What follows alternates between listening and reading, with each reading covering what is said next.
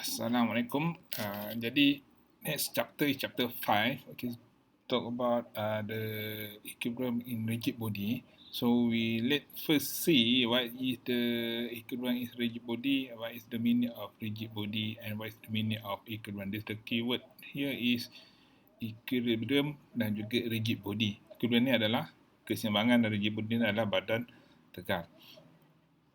Jadi kita akan tengok kalau kita sebut about rigid body, equilibrium kita akan kena first sekali kita kena identify tindak balas pada support, right? And then yang kedua kita kena draw free body diagram, FBD. The key point atau fundamental dalam static adalah free body diagram, right? Okay, quiz. For example, if a support prevent translation of body, then the support exert one on the body. Okay, sebagai contohnya kalau kita kenakan satu daya pada satu body, kita nak gerakkan body tu, kita impose satu force, kita tolak that body, tapi body tu tidak bergerak.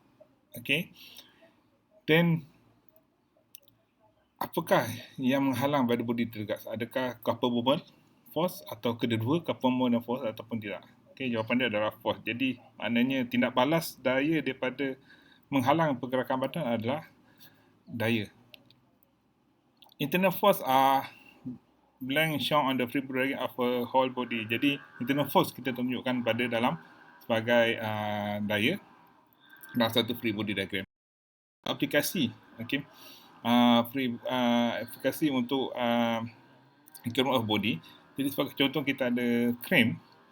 Okay, a platform 200 kg is suspended off an oil. How do we determine the force reaction at the joint and the force in the cables? Jadi kita tengok dia ada satu platform, okay, supported by post dan juga kabel, alright. Jadi first kita kena draw, okay, identify dia punya model tu macam mana. Okay, kalau kita tengok kat sini kita ada satu platform, and then kita ada support, okay, pin support kat A dan juga digantung diikat dengan satu kabel, okay. Jadi kita tengok pada gambar yang kedua inilah dia punya idealized model dia, and then daripada model ni kita draw free body diagram dia, yang gambar yang ketiga ni. Jadi kalau kita tengok free body diagram ni, kita nampak free body diagram of the platform yang mana dia ada berat, okay, yang bertindak pada G, okay, berat dia ke bawah, and then kita ada support reaction, okay, kita nak balas pada support A, jadi AS dan juga AY, dan juga kita ada reaction pada support kabel ni, jadi dia ada T, okay. Jadi sebagai satu contoh free body diagram untuk platform untuk oil rig ni, okay. Kita tengok beam, steel beam, okay, gambar raja yang atas ni. Jadi ada sebatang beam, okay, ni adalah I beam, okay. Jadi beam ni support on 2 block of concrete, and then dia ada load untuk 3 beam yang berlainan. Okay, jadi kalau kita dapatkan dia model ya, seperti gambar yang kedua ni adalah model, kita nampak ada beam dan juga kita ada dua support, okay, pin support A dan juga roller support B, okay, and then kita ada load 3 load F dan juga F, ada 3 F tu. Jadi kita dah draw dia punya model. Jadi inilah gambaran dia macam mana kita draw model, and then at the end kita draw dia punya free body diagram. Okay, jadi kalau kita sebut condition free body diagram rigid body, jadi kita kena faham apa maksud itu rigid body. Jadi kalau sebenarnya kita tengok force of particle, okay, particle ni adalah satu titik, okay. Jadi in contrast to the force on a particle, the forces on rigid body are not usually concurrent and may cause rotation of the body. Kalau kita tengok particle, okay, all forces ditindakkan pada satu titik, okay. Jadi untuk rigid body, forces tu bertindak merata tempat, bukan pada satu titik. Jadi bila dia bertindak pada merata tempat, okay, pada satu titik, bukan pada satu titik seperti partikel, dia akan menghasilkan rotation ataupun moment, alright. Jadi itu beza antara partikel dan juga rigid body. Jadi kalau kita tengok kat sini, sekali lagi pada gambar raja ni, forces on particle, kita sumber daya ditindakkan pada satu titik. Jadi memang kat sini kita nampak cuma ada translation, movement dan sebagainya lah. Okey, dia cuma ada translation. Tapi kalau kita tengok gambar raja yang bawah ni, okey, rigid body, okey. Jadi daya tu bersepah, bertindak. Jadi dia ada jarak, okey, antara satu daya dengan satu daya. Jadi bila ada jarak antara satu daya dengan satu daya, dia akan menghasilkan moment. Okey. Jadi untuk rigid body ni berada dalam keseimbangan, jadi condition dia adalah jumlah daya yang ditindakkan pada rigid body itu adalah equal to 0 dan juga jumlah moment yang ditindakkan pada body itu mesti equal to 0. Jadi bila jumlah daya sampai kosong, jumlah moment sampai kosong, maknanya body ni tidak akan bergerak ke kiri, ke kanan, atas, bawah dan juga tidak akan berputar pada berlawanan arah lawan jam ataupun ikut jam. Jadi itu yang maksudnya total force is 0 and total moment is 0. Itu kita katakan condition of equilibrium, okey, keseimbangan. Proses untuk kita selesaikan satu masalah keseimbangan, okey, equilibrium problems. Okey, jadi first kita kena analyze dia punya physical system. Kita kena create, okey, idealized model. Jadi normally dalam soalan-soalan kita dah diberikan dalam bentuk idealized model.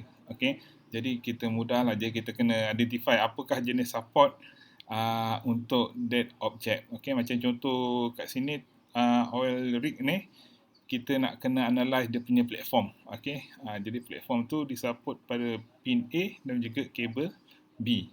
Okey, then kita akan drawkan free body diagram. Jadi ini adalah dia punya orang kata principle, okay, in static analysis adalah free body diagram. Jadi pada free body diagram ni kita kena tunjukkan semua external force, okay, sama ada juga action ataupun reaction force, active ataupun reactive forces, okay, sama juga. Jadi kita identify all the forces and then kita applykan persamaan keseimbangan, okay, equation of equilibrium. Jadi total of forces equal to 0, persamaan yang pertama. Persamaan yang kedua, total of moment equal to 0. Jadi dia ada dua persamaan. Okay. Untuk kita createkan daripada gambar rajah free body diagram FBD yang kita hasilkan. Jadi kita akan gunakan persamaan keseimbangan untuk selesaikan, okay, nilai-nilai forces yang kita draw, yang kita tulis dalam free body diagram. Okay, untuk prosedur, okay, untuk kita buat analisis, okay, yang pertama adalah kita kena untuk kita prosedur untuk kita lukis free body diagram, kita kena faham, okay, macam mana lukis free body diagram. Yang pertama adalah kita kena draw an outline shape. Okay, imagine the body to be accelerated or cut free from its constraint and row. Jadi kita kena, yang pertama kita kena lukis gambar objek tu. Jadi kita kena buang dia punya support, just objek tu. Jadi macam contoh kat sini kata beam. Jadi kita lukis beam dia. Okay, dimension dan sebagainya. Okay, jadi kita kena labelkan semua dia punya loading dia berapa, dimension dan sebagainya lah. Bagi contoh dia ada jarak 2 meter, 3 meter, namakan AS, AY, dia punya paksi SY 1200 Newton dan juga 981 Newton. Okay, dan seterusnya. Okay, kita kena, bila nak lukis free body diagram, kita akan remove dia punya support. Jadi kita kena tahu jenis-jenis support. Okay, bagaimana kita nak replace support tu dengan reaction force. Jadi bila kita buang support, kita kena replace support tu dengan reaction force. Jadi kat sini kita buat apa contoh. Okay, jadi kalau nak tengok contoh yang lain, kita boleh tengok dalam buku teks. Jadi as general, support, statement yang bawah ni, if a support prevent translation of body in given direction, then a force is developed on the body in the opposite direction. Similarly, if rotation prevented, a couple moment is exerted on the body. Jadi kalau kita tengok, kalau katakan support tu menghalang daripada body tu bergerak ke kiri dan ke kanan, maknanya dia ada reaction force in S direction. Kalau support tu menghalang body tu bergerak ke atas dan ke bawah, maknanya dia ada reaction force pada Y direction. Dan juga begitu juga sekiranya support tu menghalang daripada body tu berpusing. Berpusing makna dia ada reaction moment. Jadi kalau kita tengok contoh yang pertama, kabel ni kan. Kalau tengok kabel ni, dia menghalang daripada objek ni ataupun kita panggil bar, okey, daripada bergerak, okey, pada direction yang pada arah kabel. Jadi kita ada reaction force dia adalah along the cable. Okey. Jadi itu saja. Tapi kabel ni tidak menghalang daripada bar ni berpusing atau sebagainya. Jadi kabel ni cuma ada satu reaction force. Jadi gambar yang kedua yang bawah ni, okey, dia kita panggil pin support. Okey, kalau tengok pin support ni, dia menghalang bar ni daripada bergerak ke atas dan juga ke bawah. Menghalang juga bergerak ke kiri atau ke kanan. Tapi dia tidak menghalang daripada bar ni berpusing. Jadi dia pin kan, jadi pin ni kalau kita tengok bar ni dia boleh berpusing. Jadi dekat support ni tidak ada reaction moment, tapi dia ada reaction pada Fs dan juga Fy. Dia ada Fx dan Fy saja. Okey. Jadi yang ni ataupun dia ada resultant force dia lah. Okey, tapi normally kita pakai yang Fs dan juga Fy. Okey, kalau tengok sebelah kanan atas ni kita ada roller support. Okey, kalau kita roller support ni bar ni tidak boleh bergerak berserenjang pada permukaan roller ni. Okey. Jadi maknanya kalau kita roller ni dia adalah smooth moving, dia boleh gerak sepanjang permukaan ni. Jadi dia boleh bergerak ke normal pada permukaan roller ni. Jadi itu yang kita tengok, dia punya reaction force adalah F ni berserenjang dengan rolling support. Okay, rolling surface, sorry.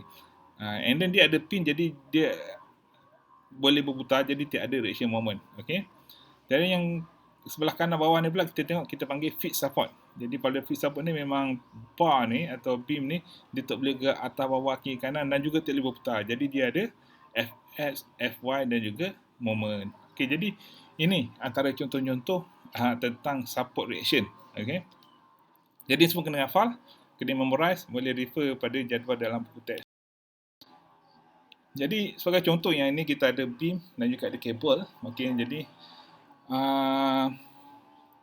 if FBD of the only beam, there are how many unknowns? Okay, kalau kita lukis, kita tahu berat beban kat ujung C ni. Okay, kalau kita lukis dia punya reaction, okay, free body of the beam. Kalau kita lukis free body diagram untuk beam ni, kita akan dapat pada support A ni, kita buang support A, kita akan dapat dua, okay, reaction force pada AX dan juga AY.